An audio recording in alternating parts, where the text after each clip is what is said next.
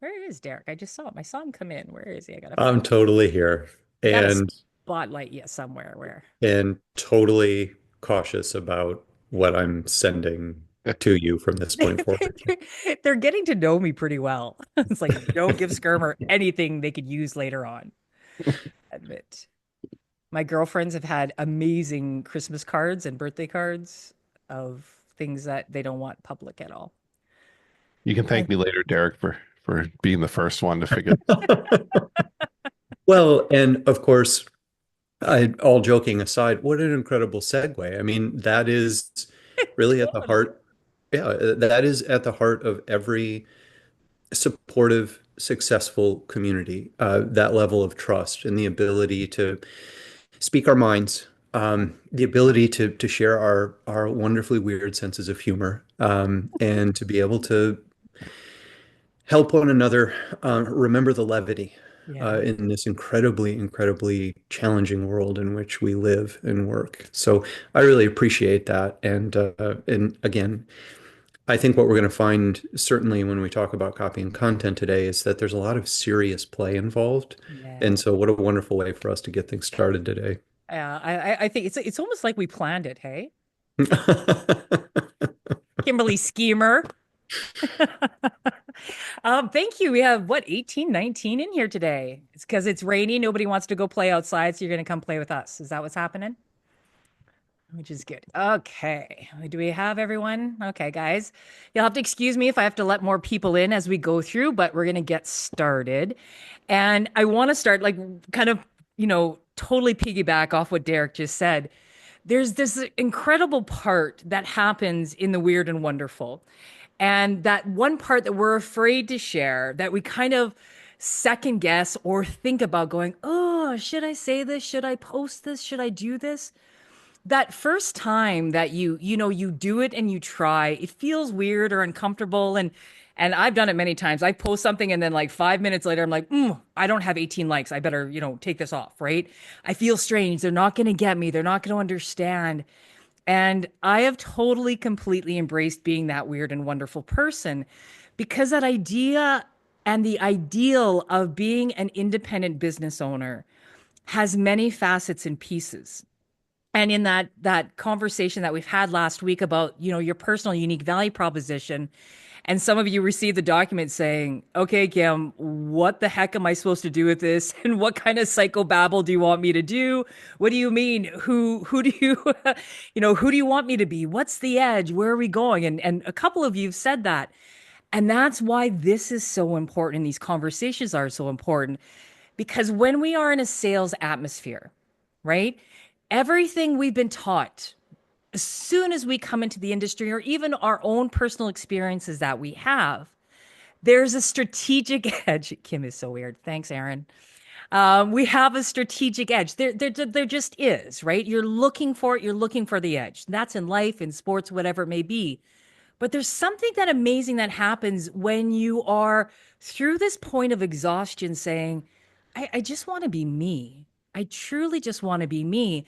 So that starts to happen. And the greater, deeper, stronger connections you start to have, the better referrals you have coming your way, the more time you don't find yourself handling objections, taking that time, the better your calendar looks like. You are going to the right seminars, you're going to the right sessions, you are paying attention to the right people within social to feed your brain, to feed your heart, and to feed your business. You have incredible collaborations. And an individual asked me saying, this whole tap in cohort and then this community of experts within the community of well that you're building, how did you do this? Because this is almost impossible. And I have been able to do that because I watch people for a long time. And then it's kind of almost this point of how long does it take before they open up or trust? And I lead it with it first. So I'm going to go over those weird questions that we've had from our personal unique value proposition. You have it in your email that you received from me. And this is now how are we going to take this piece at that time in that moment when at first you're kind of doing this for yourself and experimenting, but now you're gotten to this point of you need to hire someone to help you maximize your voice and bring it forward in more of a longevity business planning way. So Derek and Sean are going to have conversations from the copy side with Derek, of course, and then Sean with the automation side of if they were receiving the intake form. So you've finished your booklet. All the assignments are done within the annual ongoing tapping that we're doing because this is an ongoing process. And you take that document and you take it to Sean or Derek and say, I this can is me. sort This of is my listen. business plan. These are all my As long as pieces. I turn it on, they'll send me the recording. Hello, Richard. Sorry. It's okay, sweetheart. I'll smack you when I see you in tomorrow. Um, so when you get this intake form, right, when Derek or Sean receive it, why is this so important and how does this help you save time, right? Save money and not have us to use as many filters as we need because we don't have as many wrinkles in business. Okay. So Sean, I'm going to start out with you because you're unmuted. And that's exactly how I'm choosing everything today. So this is all about the intake form that you see. So you're reading this intake form. I'm going to go through the questions and the highlight points and tell me from a workflow or an automation standpoint why the answer and the response from the individual is really important for you when it comes to setting up automation. So the big one of who am I aspiring to be? I love that question because a lot of times over the last decade of working with people, the biggest thing I find is nobody knows who they are, or they know who they are, but who they're trying to project is not who they are. And that's mainly because of 2 points. It's either it comes out of a place of fear, but it also comes out of a place of not really understanding that we can actually bring a personality through in automation and the type of experience that somebody receives from there. So they just don't share that with me. Um, so when we look at this, who are you aspiring to be? Getting the personality out. If it's somebody who is like, okay, I'm very, very rigid and I'm a 9 to 5 type of person, and that's who they actually are and that's who they want to be, then we need to know that the automated pieces need to fall within that. So, we're sending emails, we're sending text in that time frame. The people that are more kind of off the cuff and relaxed and quirky, we can have more fun with sending messages that come out at like 3 in the morning, or having some different types of images in the content that's coming out, as well as how do they want to receive that information internally from reporting it. Do they want to receive it by text message every time somebody opts into something or books an appointment, or they want it by email, right? This is the understanding how they operate, more so from the functional side of automation. I know a little bit of it is more coming across in the copy, because how they speak and how the text message come out, and now how AI can receive calls and can actually call on your behalf, and the idea is now how do we take that same feeling so that when you get a response from something that is clearly automated, we try not to hide the fact if it is automated. How do you have fun with that so it actually piggybacks, so it's like your sidekick along the way. So we've had clients where we send out automatic email reminders, and we give a personality to that person that's sending that email that doesn't actually exist, but it's a fun little avatar that is very complementary to the style and personality of that advisor or business owner. I love that. I'm gonna name my little chat bot Robin now, my little sidekick. I'm gonna name it Robin, or someone else can steal it from me. But I like that because it is nice automation. We know the messages that are coming through that the majority of the time it's an automated message, and I like that tie-in of keep your brand story, keep your brand profile Mhm. consistent all the way through. I love that comment. That's fantastic. Thank you, Sean. Doc Copy, your turn. If you Well, receive the intake form, who am I aspiring to be? And you are about to write some copy and captions and content. Why is that important for you? well, just to kind of piggyback, Sean, on what you were saying, it gives us the opportunity to really personalize whatever messaging we're putting together.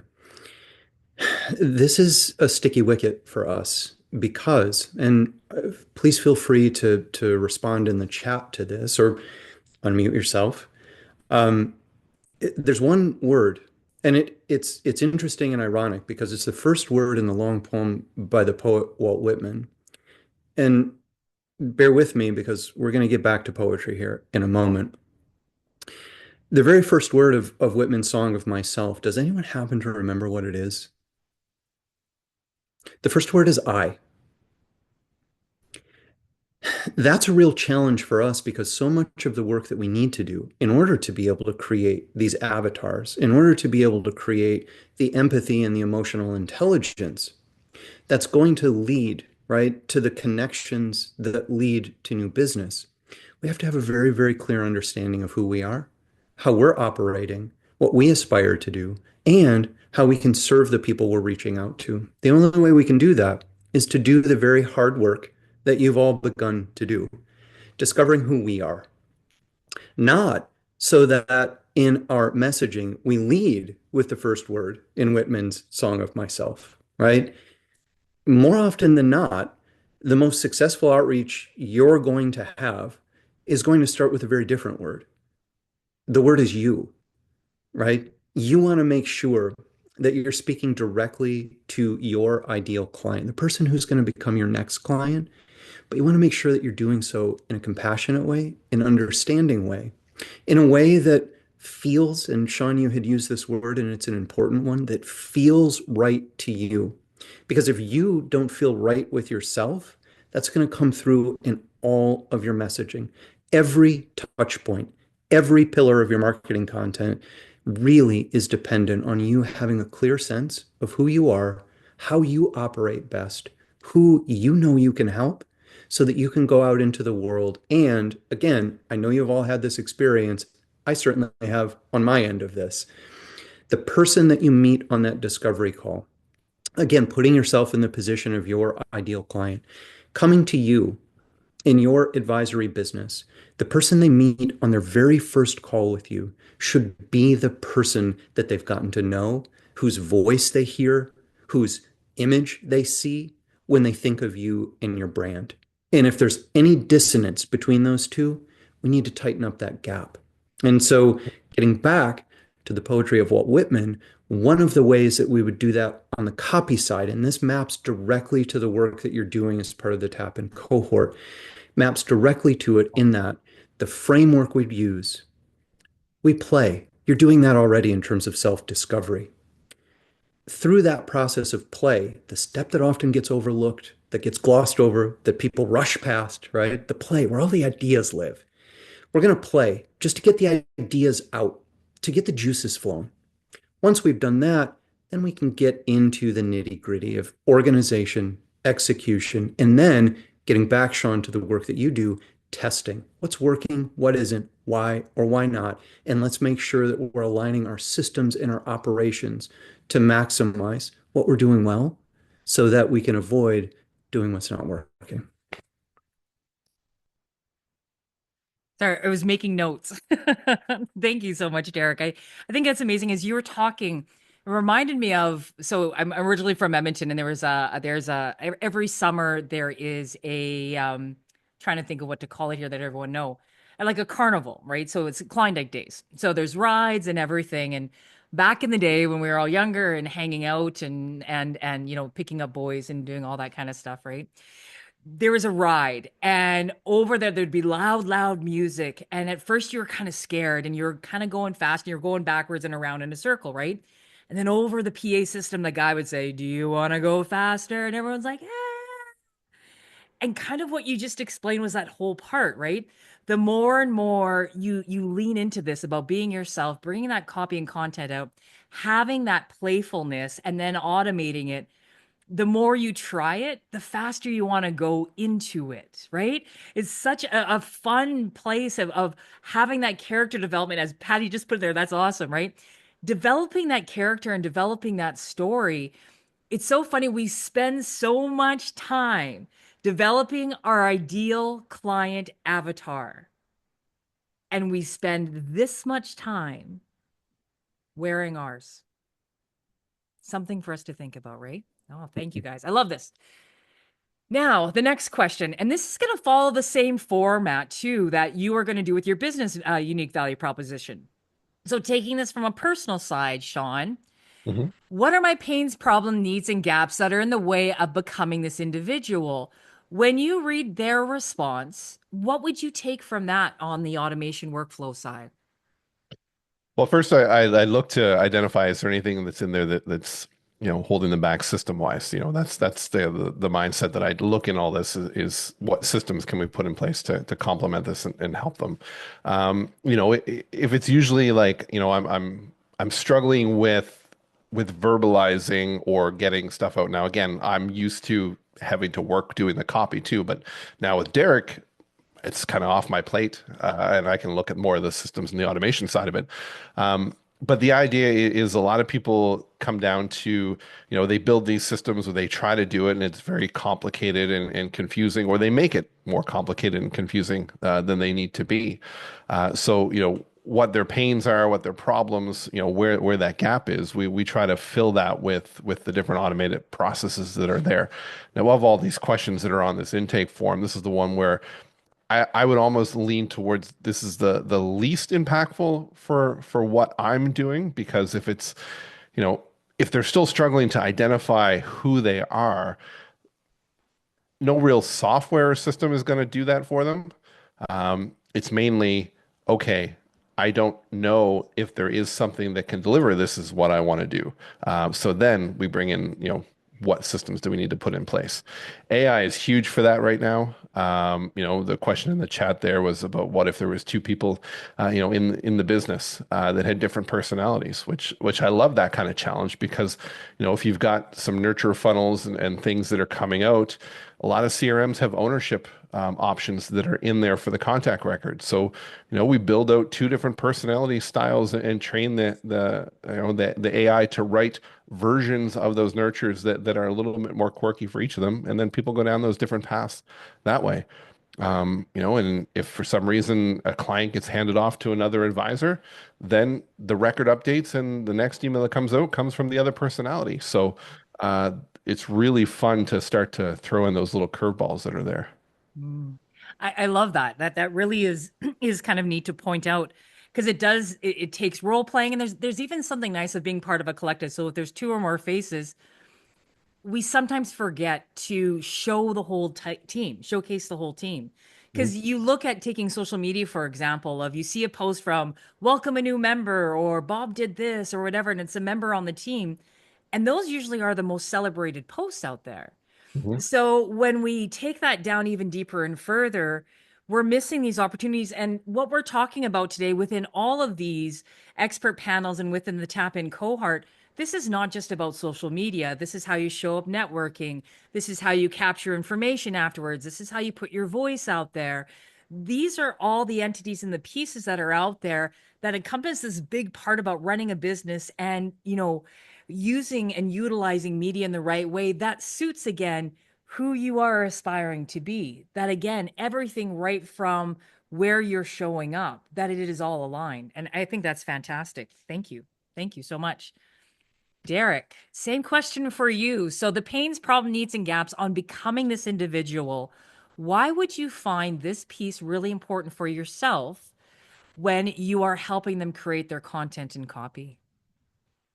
Well, what's interesting about questions like this one is that quite often our understanding of what we're struggling with doesn't always map to what we need help with. And so this is a wonderful process of discovery, and it allows us to enter into dialogue.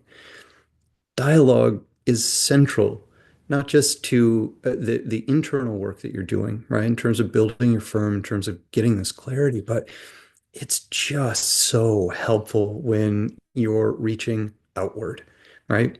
And so being able to begin to identify, right, whether it's through misidentification or not, is really, really helpful in that if we haven't quite figured out what it is we actually need to be doing, we're figuring out where it feels the hardest. We're identifying where those struggles happen to be. All of you, and again, you know this already, all of you need to be expert writers in order to market successfully. Not all of you enjoy that. Not all of you feel as though, and I would probably push back were I to see more of your writing. Many of you don't feel you're good at it. You probably are better at it than you think, but it may not be something you enjoy doing. You have to do it. It's central to your marketing. If that's an impediment or an obstacle, then we want to make sure we can identify it so we can overcome it. If that means, hey, I don't have to worry about this anymore, or I can sleep easier, or I can focus on these other aspects of my business by outsourcing this to a trusted partner. If I know I have a team that's then going to support this person who's doing this thing that either I don't enjoy doing or I just don't feel I'm really all that great at, if I know it's going to go from there into a nurture sequence that's going to be automated and not go out at 3 a.m. I saw that comment, Aaron.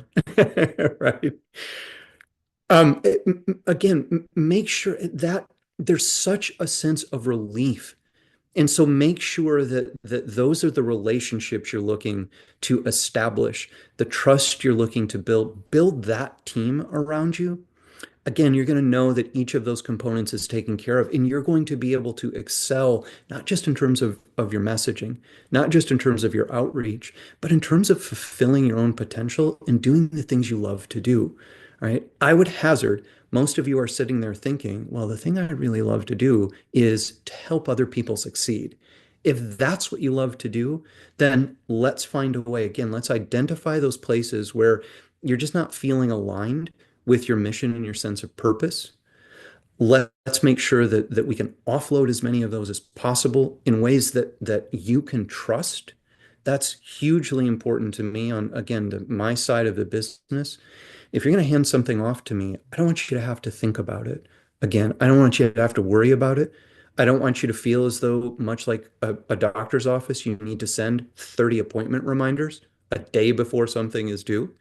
I want to make sure that you're confident, and that confidence again shows in every touch point, everywhere you're showing up. So being able to identify those obstacles, even if you yourself aren't able to spot them, going through an exercise like this, having this taken care of, we're already 2 or 3 steps into the process by the time we start working together. And that's going to allow me to come in and help either confirm the fact that, hey, this is something we need to work on, or it's going to allow us to redeploy, right? We're going to be able to identify what's really kind of underneath the thing that you thought was the thing Yeah. that we needed to be working on. So again, you have the clarity and you can go out in your messaging and feel confident and focus on what you love to do and do it even better. No. Thank you. That's awesome. And I'm laughing because Sub and Aaron are typing back and forth. I'm like, are the kids good? I miss you. And I think that's such a great example too of, just being yourself, right? Like Sub's known if you follow him on LinkedIn, like he has Happy Friday, everyone, like, and he's up. So we're up early in the morning. I see his stuff. His stuff is always the first on my feed because I get up at 4 a.m. And I think he's posting it about 6. It's like constant, and I think that's a really interesting part and example with their names kind of popping up. It made me think about it. Like that's who Sub is. Like that's what he does. That's what he's known for. He's in a community. He's an engager. He's a happy person, and bringing that all in forward and just doing that thing. And Derek, on kind of what you said about that pain, problem, needs, and gaps, and on how to pull out that copy content. Again, it really is. I keep hearing it's just this repeatable process. We think this is so simple that we're just going to write some stuff, or we're going to hire someone just to write something. And it even talked to Sean's point too of within automation and within workflow, the pains, problem, needs, and gaps kind of intake information might not be as relevant because it's usually the stuff that's in his way from his side probably is time. Money is probably going to be number one, budgetary of how to do it, or just the complaint, the understanding of it, because sometimes they think we have to be so big and we have to do all these things. Automation is just something just as simple as having an out of office reply going through. And I know that sounds so trivial, but even just that out of office reply or reply coming in for when you get an email saying, hey, I'm a one person show, get back to you in 24 hours kind of thing. So there's so much to this. So I thank you guys for keep going and diving deeper and looking at the different examples that we can look at, because we are all independent business owners. And again, you just have to be you. Find the I, find the calm. We have to come from there first. And Derek had mentioned about, the office reminders, the appointment reminders, 6 or 7 in a day that come out. And I see this a lot where people will get a system and they'll install like a calendar automation, and then by default it has, these many reminders in it. And they just let it go. And what they'll end up hearing is people like, okay, they're getting inundated with these reminders. The way I look at automation is you automate things that need to be done in the bare minimum that's there until that's not enough. And then, you would then add to it. So my view on automation is simply automation is just the act of delegating a task to a technology. So, if you have somebody book an appointment, you want to send them a calendar event so they can add it to their calendar, and bare minimum, maybe you remind them the day before, right? From there. And if you find people are just no showing, then okay, maybe on the day of we add one in there, right? But you don't need to send one, okay, in 3 days we're meeting, in 2 days we're meeting, tomorrow we're meeting. Hey, it's morning, we're meeting. Oh, it's an hour. Oh, 10 minutes till we hop on the Chew call, your food, right? we're eating later. That's right. Yeah. Yeah. No, Right. That's too much, yeah. right? Yeah, it is. I'm just going to go. Aaron's got a question. So I'm just going to go to Aaron before I dive into this next question. Yeah, it's kind of like a comment question. So previous to that, the automation of like those reminders, you brought up like how like it's authentic. I see your post. I know you wrote them. Like Lois is someone, when I read her post, I know that's Lois and it's her messaging. But right now, and I'm sure it's been happening for a long time, but what I've been noticing is there are and some of them are great people. I know them and they run communications companies and they're posting for people who were very quiet and now showing up in a very specific space that then I see another person over there and the post is very similar.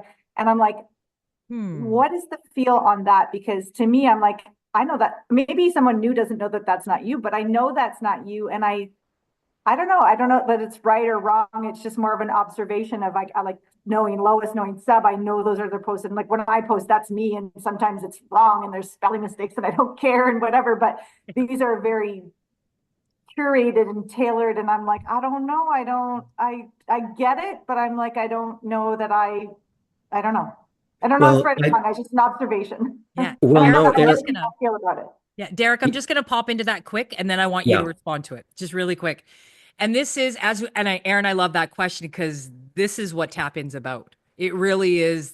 And it's so hard to explain tap in because it's so big and it's ongoing. So when you go through these exercises and you fill everything out, whoever, because we've got a whole bunch of actually experts and that are within the tap in group within the community well that help, that if you do want to hire them or work with them, they get access to your information. They have this template. So I've been seeing a lot of that too. And it's just true that they're just recognizing, or there's a media team that's there and they're just saying, okay, you guys want to talk about this? Here's a bunch of ideas. There you go. Or it's generated from ChatGPT or whatever it may be. We're pushing back from my viewpoint, and I'll have Derek and Sean chime in if they want, but we're pushing back on that going, okay, because garbage in is garbage out.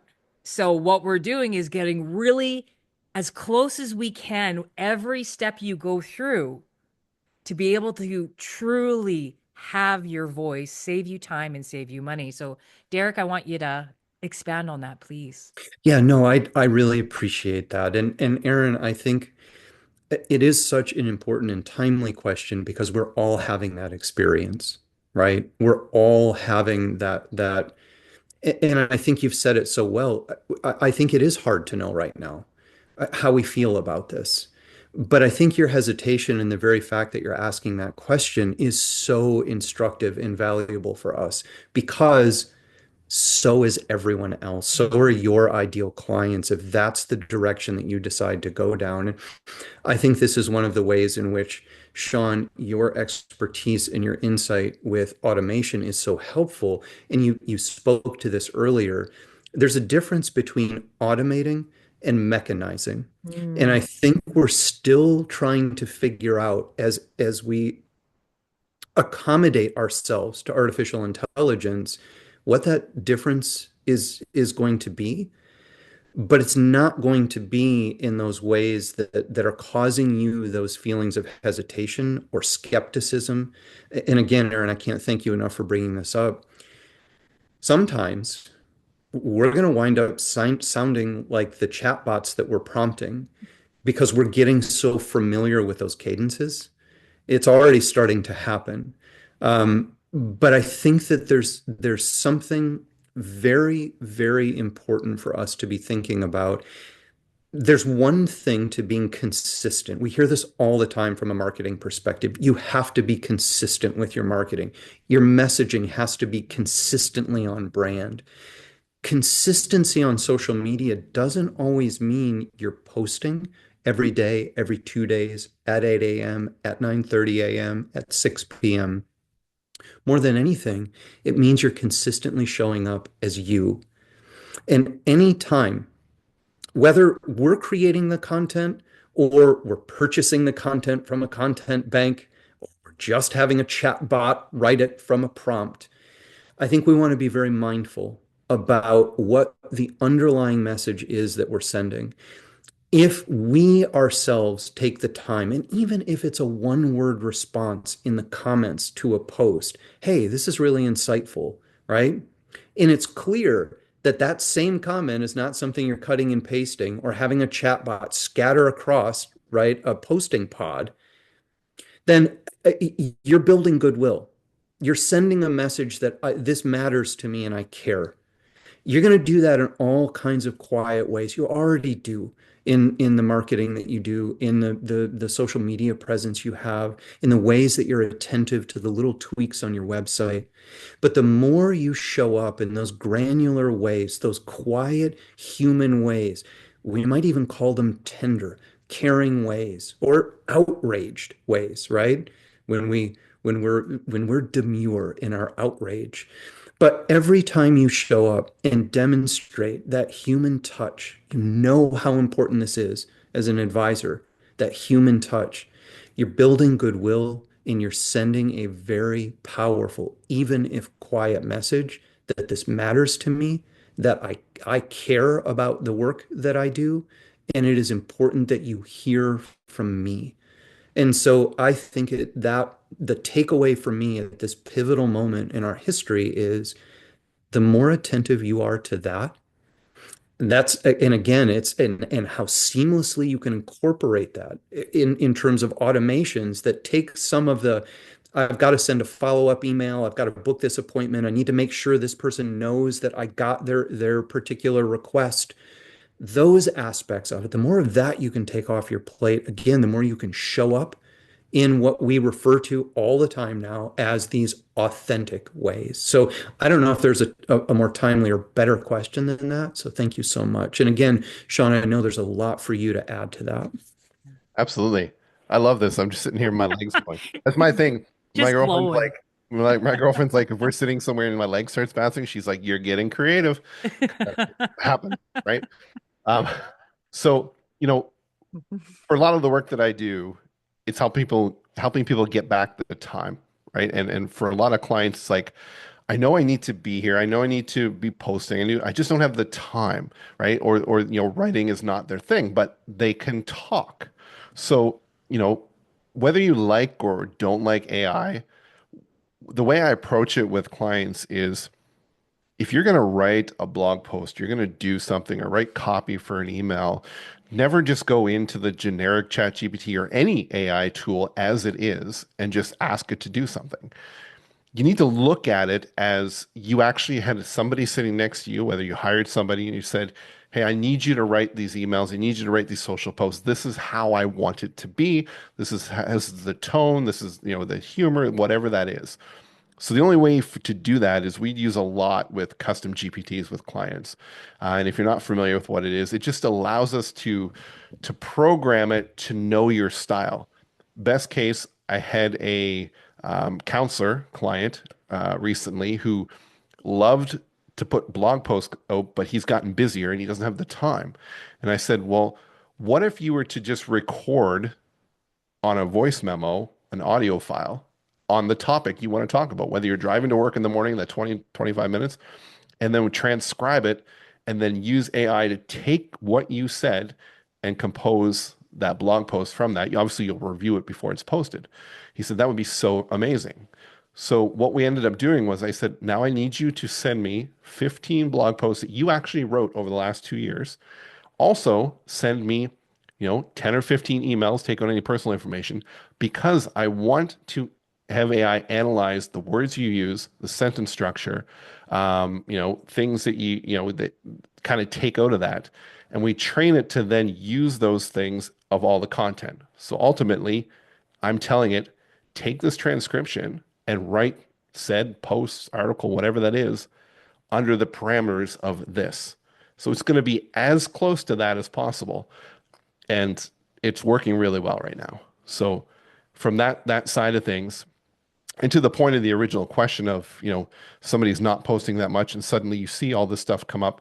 That's a really interesting thing. Actually, one that I never considered, that if suddenly overnight this switches and somebody's posting 3 or 4 times a day and you've never heard from them for like 3 or 4 months, then, obviously something has been automated in there. So you got to It's look at more. automated or they're part of tap in. Yeah, that's true, right? And consider that ramp up ascension path, right? Where you're going to be like, okay, we're going to get you up to this. So maybe we'll start to post, once every 2 days, then, twice every three, whatever that is, right? So it eventually gets to where we want to be in there. But the goal of it is just to still have a level of control. Never automate it and forget it. I don't like these tools that are actually going to use AI to write an auto post for you, because then you don't know what's happening. Or you run into a client and they're like, oh, I read that thing you posted this morning. And you're like, holy shit, I have no idea what they're talking about. What did I just write? Right? Yeah. What did I post? And you're like, you're trying to get to your LinkedIn feed to read what you posted, to be able to answer that. So. Yeah. I love these conversations. I think cadence is such an important thing too, right? Set your cadence either when you're just starting or set your cadence to what you can hold, right? So you watch people ramp right up and I'm going to do this and I'm going to do that and all these voices and all these blogs and posts and whatever come out. You have to be so mindful about how you're planning. And that's one part of giving advice for a living, whatever you are doing is absolutely exhausting. Every industry that is surrounded with advice-based business, we have it wrong and we train people the wrong way. We say, fill the calendar, fill the calendar. You can't. It's exhausting because you are needing to refer back to that really important message that you are sharing in whatever way it may be, newsletter, blog post, or whatever it may be, how you are showing up with your people, what you can handle, what your brain can handle. And these are all these layers that you need to really consider that are all intertwined and so important. And going back to Sean, what you said, and you said it in one of our, I think it was our first tap in cohort, one of our beta groups. It's AI is your intern. And I thought that was such a powerful thing that you said. And so I wanted to pull that out again of treat AI like it's your intern.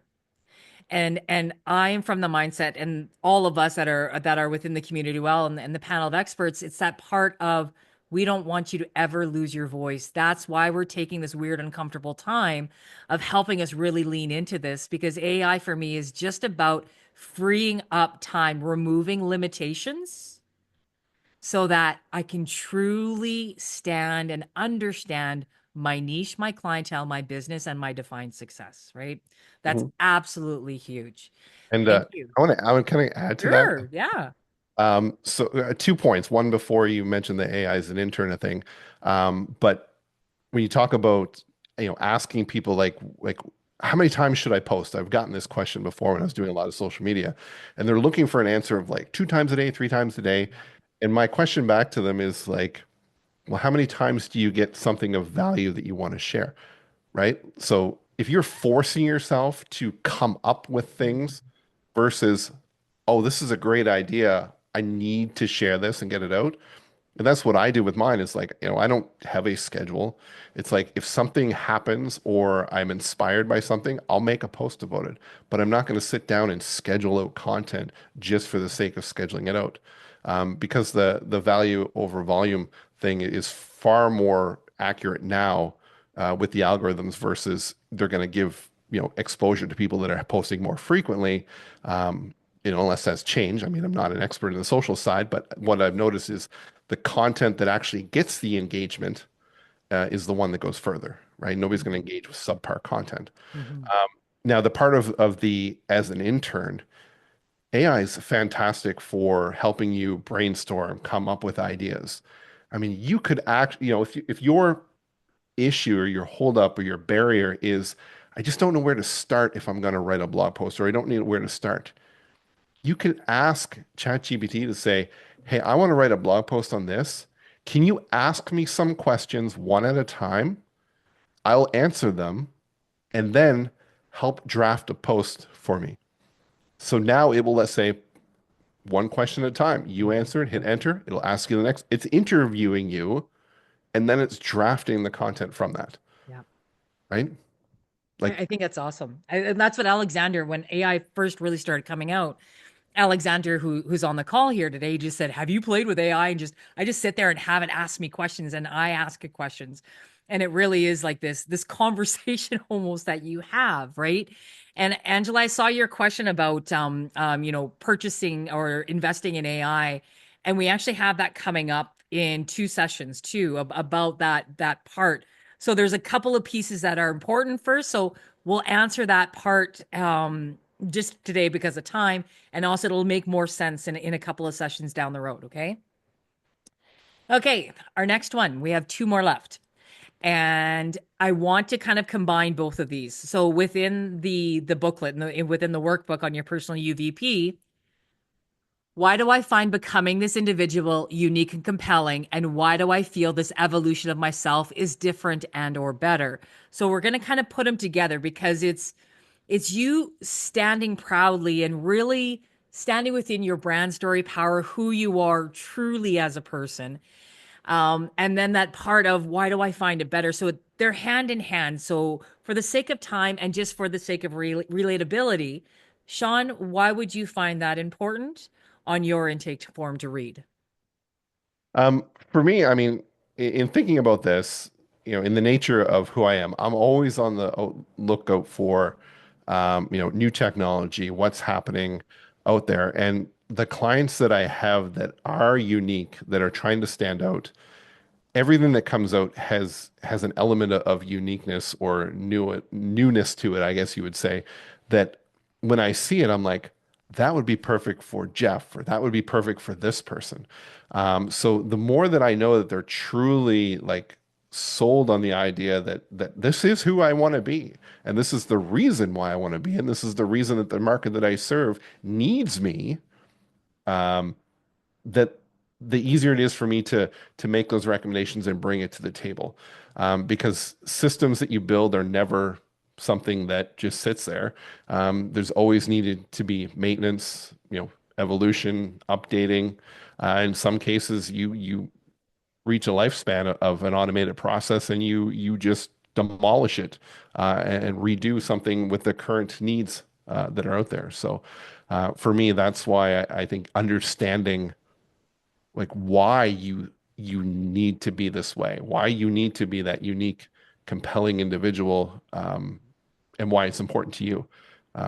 Because if it's, I think this is what the market needs, I don't think that's a good enough answer, right? Mhm. Or you're trying to be unique because you don't want to be the status quo.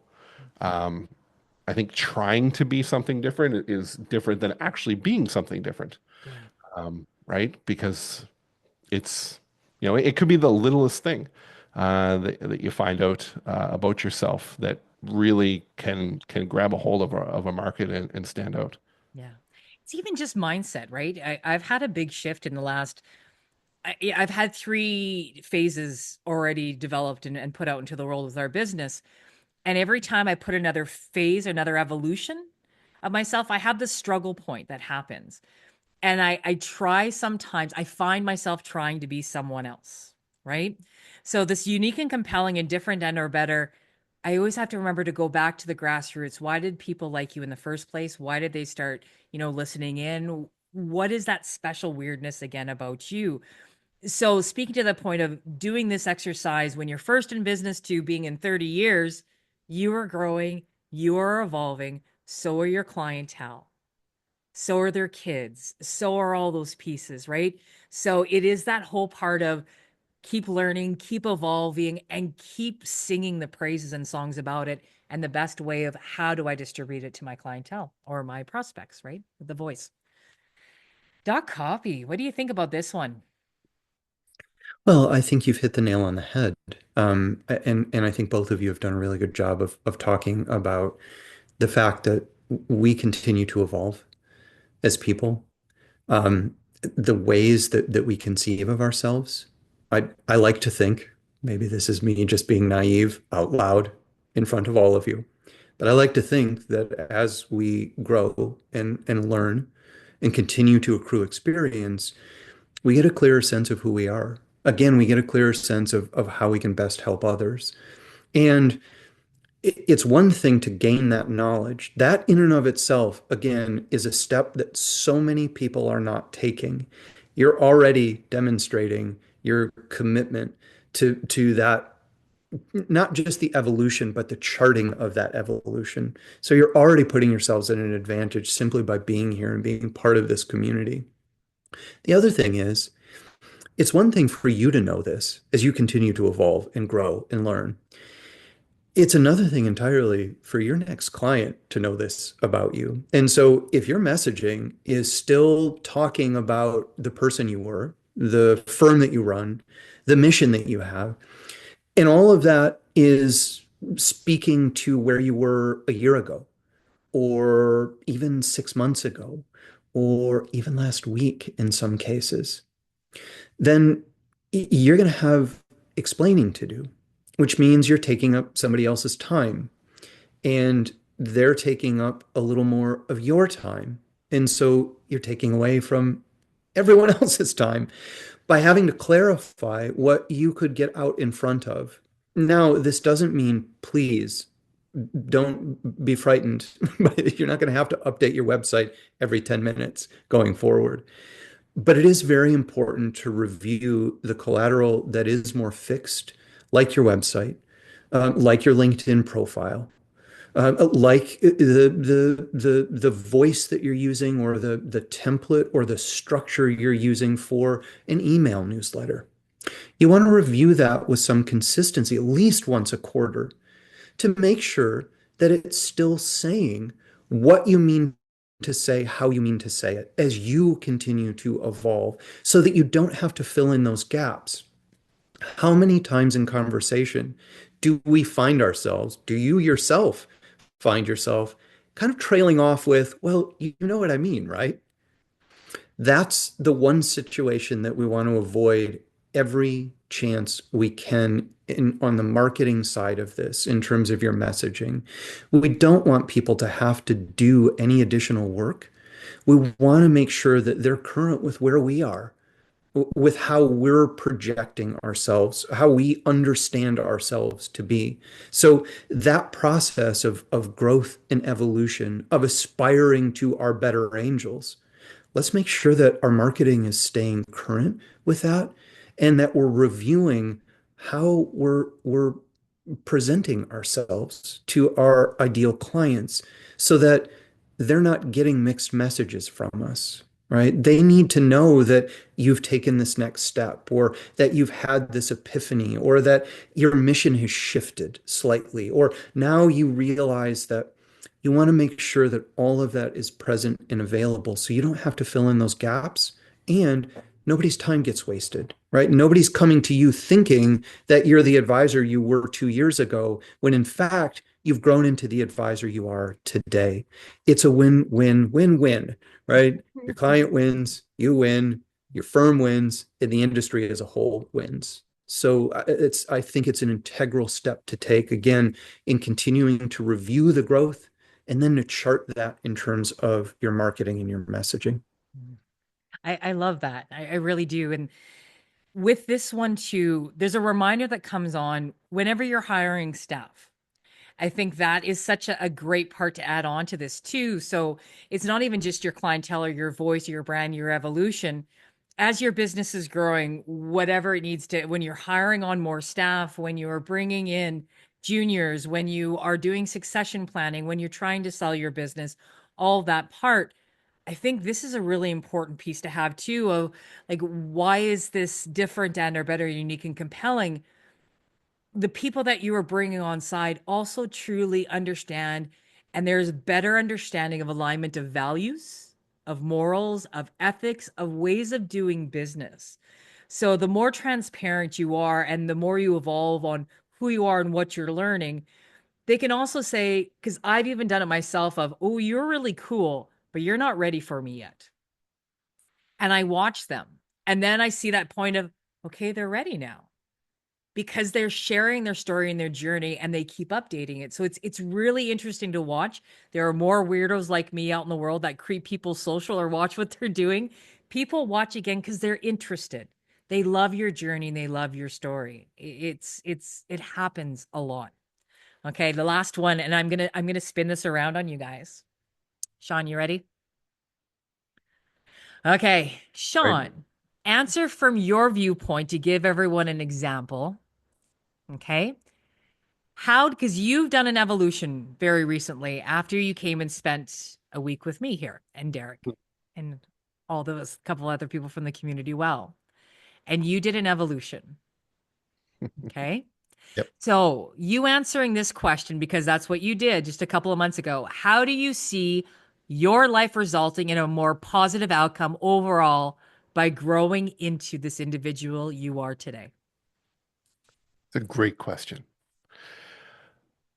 I think the underlying thing is when we have to act and pretend to be somebody we're not, it's absolutely exhausting.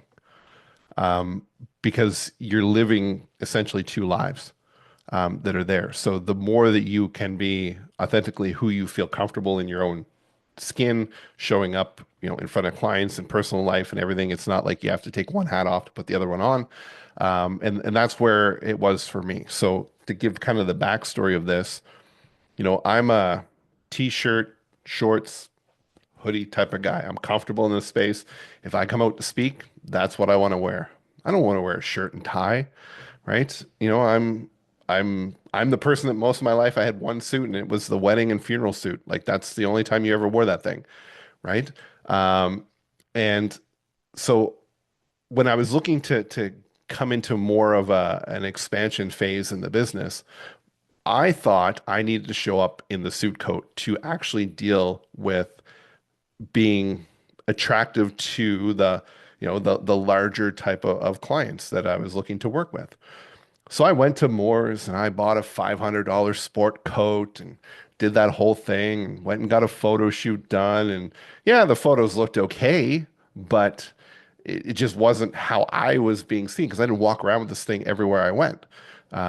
So what people were seeing in my marketing online was not who they were seeing me when I showed up at places. So I changed. We came out, and part of this was also in running into Matt, and just seeing the branding and everything that was there, and that's what led to going with the hoodie and everything.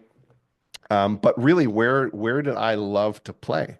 And it was automation. Up until that point, I was still, promoting as web design, social media, what the marketing type of stuff that was there. And while I could do it, I wasn't enjoying it. So I hung my hat on this automate term and brand and went all in on it. And now every time that I get to talk about automation and go in and build it, like I'm in the lineup for Disneyland. That's the excitement I get with it because I don't know, it's weird to people that don't get it. They're like, "You actually like this stuff?" And I said, "Yeah, yeah, I do." Um, so to be in this ecosystem where Kim is an amazing person to pull out the identity and get clients to really know who they are, and Derek to work to be able to get the words that emphasize and portray who they really are, and be able to get that and then build the system to deliver who they are to the clients and help them out is an amazing opportunity. So that was the transformation that I went through.